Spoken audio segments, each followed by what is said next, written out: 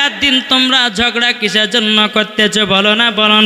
তখন বলতেছে বলে আল্লাহ গো, ও আল্লাহ আমার মাঝে কি নবী আসবে না? দিন বলছে আল্লাহ গো আমার মাঝে নবীকে পাঠাবেন না। রাত বলছে আল্লাহ গো আপনি কি আমার মাঝে নবীকে পাঠাবেন না? আল্লাহ পাক আল্লাহ তাআলা বলছো গো রাত দিন তোমরা শুনে নাও, তোমরা বলতেছো আমার মাঝে নবীকে পাঠাবে না। রাত বলছে নবী বলতেছে আমাকে নবীর মধ্যে পাঠাবে না। এই বাবাজি মুসলমান ভাইরাও, এ সোনা মানিকেরও, আমার আল্লাহ বলছো ও রাত দিন তোমরা নবীকে কেন চাইছো?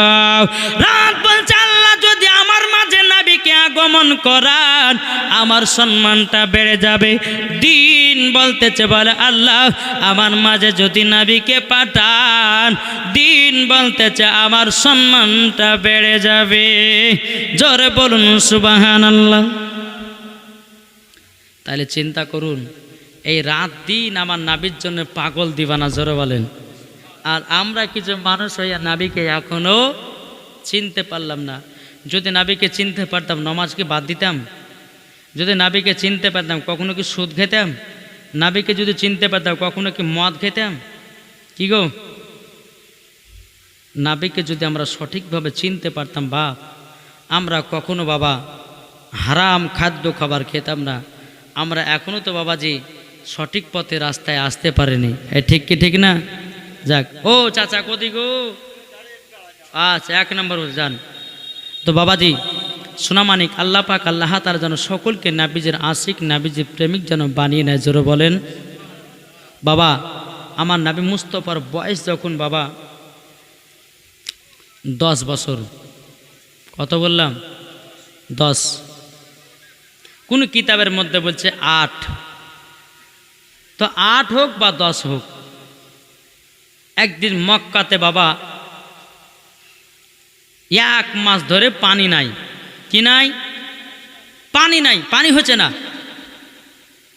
মক্কার সমস্ত ব্যক্তিরা বলছে কি ব্যাপার, পানি কেন হয় না? যারা দেবদেবতার পূজা করে তারা তাদের মায়ের কাছে গেছে, মা পানি দাও। পানি দেবে কি গো? দেবদেবতার কাছে গেছে, মা পানি দাও, পানি দাও, পানি দাও। একজন ব্যক্তি বলছে বলে ওরে ভাই এই মায়ের কাছে পানি যে পাওয়া যাবে না, মেন জায়গায় যেতে হবে। বলে কোন জায়গা? বলে কাবা শরীফের যিনি হবেন মোতাওয়াল্লি, তিনি কাবা শরীফের মোতাওয়াল্লি, তিনার কাছে যদি যাও তাইলে পরে নিশ্চয়ই পানি পাওয়া যাবে। সব মক্কার বাসীরা আবু তালেবের কাছে চলে এসেছে। আবু তালেবের কাছে এসে বলছে গো হুজুর আপনি তো এখন কাবা শরীফের মোতাওয়াল্লি, তবে এক কাজ করুন না, আপনি আল্লাহর কাছে দোয়া করুন। দোয়া করার পরে যেন আমাদেরকে আল্লাহ যেন দুনিয়ায় পানি বর্ষণ করে। ঠিক আছে দোয়া করব। এক কাজ করো, তোমরা এখন বাড়ি চলে যাও, তোমরা কালকে সকালবেলায় কাবার কাছে চলে এসো। কোথায়? কাবা শরীফের কাছে চলে এসো, তারপরে ইনশাল্লাহ কাল পানি হবে। সকাল যখন হয়ে গেল রে বাবা, আবু তালেব বলছে বলো গো ভাতিজা, নবীজিকে বলছেন ওগো আমার নবীজি আপনি একটু আরাম করুন, আমি একটু কাবার কাজে যাব। আমার নবী বলতেছে চাচাও আমাকে সঙ্গে করে নিয়ে চলুন। আবু তালেব বলতেছে বলো গো ভাতিজাও, ও দয়ার নবীজি, ও গো শিশু নবী, আপনাকে ওই জায়গাতে নিয়ে যাওয়া হবে না। বলে কেন? অনেক মানুষের চাপ হবে, অনেক মানুষের ভিড় হবে, আমি তো সে জায়গাতে দোয়া করার জন্য যাব, আমি তোমার দিকে লক্ষ্য দিব না, দোয়া করব। আমার নবীজি বলছে চাচা চাচা আমি এক জায়গাতে বসে থাকবো, আমি কাবার দিকে হেলানা দিয়ে বসে থাকবো। চাচা গো যতক্ষণ আপনি আমাকে আমাকে না ডাকবেন আমি কাবা থেকে কোনো জায়গা যাব না। জোরে বলুন না সুবহানাল্লাহ। বাবাজি মুসলমান ভাইরাও, এ সোনা মানিকেরাও, আমার নবীকে নিয়ে বাবা টুকটুক টুকটুক করে কাবার কাছে গেলেন। কাবার কাছে যাওয়ার পরে আমার নবী মুস্তাফা কাবাতে হিলানা দিয়ে বাবা আরাম করতেছেন। কাবার কাছে হিলানা দিয়ে বাবা যখন আরাম করা, এ সোনা মানিক আবু লাহাব বেরাদার সমস্ত মানুষদেরকে বলতেছে, হে ভাইরা তোমরা চিন্তা করো না, আমি আল্লাহর কাছে হাত তুলে দোয়া করব, নিশ্চয় পানি বর্ষণ হবে। এদিকে আবু লাহাব বাবা হাত তুলে দিয়েছে, বাবাও আল্লাহকে বলছে, আল্লাহ গো আপনি পানি বর্ষণ করুন, পানি বর্ষণ করুন, পানি বর্ষণ করুন। এইরকম ভাবে নিয়ে বাবাও 1 ঘন্টা হয়ে যায় কোনো পানি নাই, 2 ঘন্টা হয়ে যায় কোনো পানি নাই, 3 ঘন্টা পার হয়ে গেল বাবা, মক্কাতে কোনো পানি নাই। আমার নবীজি মনে মনে চিন্তা করে, আল্লাহ গো আজ মক্কা শরীফের সমস্ত পূজারীরা তারা আমার চাচার কাছে পানি বর্ষণের জন্য দোয়া করতে এসেছে, আজকে যদি পানি বর্ষণ না হয় আমার চাচাকে বিশ্বাস করবে না। আমার নবীজি কি করলেন রে বাবা, শাহাদাত আঙ্গুল দিয়া আসমানে ইশারা করলেন, আল্লাহ গো পানি দাও। আল্লাহর কি কুদরত, সঙ্গে সঙ্গে পানি বর্ষণ হতে লেগেছে। কার দোয়াতে? আমার নবীজির দোয়াতে। জোরে বলেন। পানি যখন বাবা শুরু হয়ে গেল, 1 দিন নয়, 2 দিন নয়, 3 দিন নয় রে বাবা, 7 দিন ধরে একইভাবে পানি হয়েছে। কদিন? 7 দিন ধরে একইভাবে পানি হয়েছে। কিন্তু বাবাজি মক্কার সমস্ত জমি জায়গাগুলো, ফসলগুলো ডুবে ডুবে যাচ্ছে। এ বাবা কত আপনার প্রাণীরা মারা যাচ্ছে, কত পশু পাখি মারা যাচ্ছে। আবার সমস্ত মানুষ বলতেছে, চলো যিনি পানির জন্য দোয়া করেছেন আবার তিনাকে বলবো পানি যেন আল্লাহ বন্ধ করে দেয়। এ বাবাজি মুসলমান ভাইরাও, মক্কা শরীফের সমস্ত মানুষেরা এসে বলছো, গো আবু তালেব আপনি আল্লাহকে বলুন যেন পানি বন্ধ করে দেয়। এ বাবা আবু তালেব হাত তুলে দোয়া করতেছে, বলে আল্লাহ আপনি পানি বন্ধ করুন, পানি বন্ধ করুন। কোনো মতে বাবা পানি বন্ধ হয় না। আমার নবীজি তিনি শাহাদাত আঙ্গুল দিয়ে বাবা ইশারা করলেন, আল্লাহর কি কুদরত, সঙ্গে সঙ্গে পানি বর্ষণ কমে যায়। জোরে বলুন সুবহানাল্লাহ। এ পাওয়ার কে দিয়েছেন? আল্লাহ। জোরে বলেন। এদিকে আমার নবী বলছে, চাচা যদি পানি না হতো তো কি করতেন? তো বলছে, পানি না হলে পরে ভাতিজা তুমি তো ছিলা, অসুবিধা কিসের? ও ভাতিজা আমার দোয়াতে পানি হয়নি, হয়েছে তোমার দোয়াতে। জোরে বলেন। আমার রহমাত লিল আলামিন গাইবের সংবাদদাতা নবী, এই নবীকে পাওয়ার দিয়েছেন আমার আল্লাহ। জোরে বলেন। তাইলে বলুন এই নবীকে মোহাব্বত করতে হবে না, হবে না? জি। কবি বলতেছে, জন্ম আমারি নবী যোগে। আচ্ছা গজাল কি পছন্দ আপনাদের? জি। যাদের দিলেতে নবীর মোহব্বত ভরা তারাই তো গজালের দিওয়ানা। জোরে বলেন। কবি বলতেছে, জন্ম আমারি নবী যোগে হলে কেমন হতো, জন্ম আমারি নবী যোগে হলে কেমন হতো, দুনয়নে রাসূল পাক, দুনয়নে রাসূল পাক দেখিলে কেমন হতো, জন্ম আমারি নবী যুগে হলে কেমন হতো। জোরে বলেন। একটু জোরে হবে না? দুনয়নে রাসূল পাক, নয়নে রাসূল পাক দেখিলে কেমন হতো জন্ম আমার নবী যোগে হলে কেমন হতো জন্ম আমার নবী যোগে হলে কেমন হতো আস্ত ভেসে হাজরতে বেলালের মধুর আযান জোর হয় না আস্ত ভেসে হাজরতে বেলালের মধুর আযান যে আযানে এতই প্রেম মুগ্ধ রহমান দয়াল নবীর পেছে নামাজ পড়লে কেমন হতো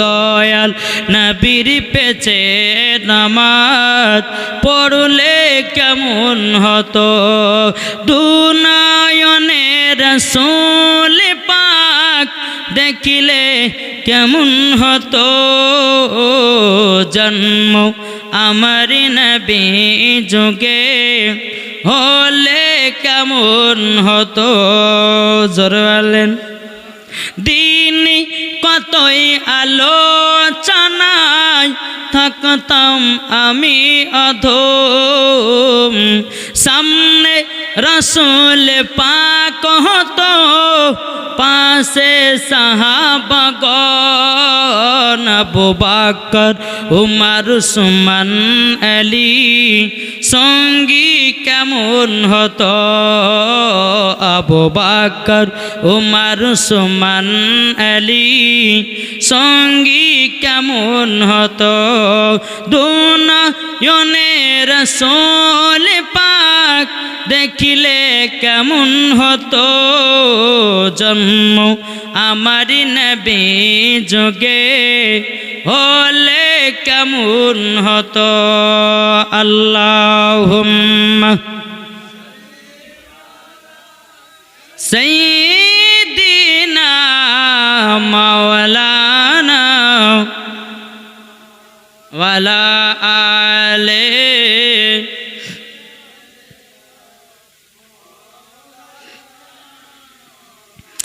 মুহাম্মদ সাল্লাল্লাহু তাআলা আলাইহি ওয়াসাল্লাম। বাবাজি মুসলমান, তো আমার নবীর পাওয়া ছিল এইরকম, আমার আল্লাহ দান করেছেন। জোরে বলেন সুবহানাল্লাহ। আবু তালেব বাবা একদিন মুলকে সামে ব্যবসা করতে যাবে। তো আবু তালেব বলছে, ভাতিজা তুমি তো বয়স তোমার ছোট, তুমি বাড়িতে থাকো, আমি একটু মুলকে সামে ব্যবসার দিকে যাব আর চলে আসবো। নবী আমার বলতেছে, বলো গো চাচা আমিও যাব ব্যবসায়।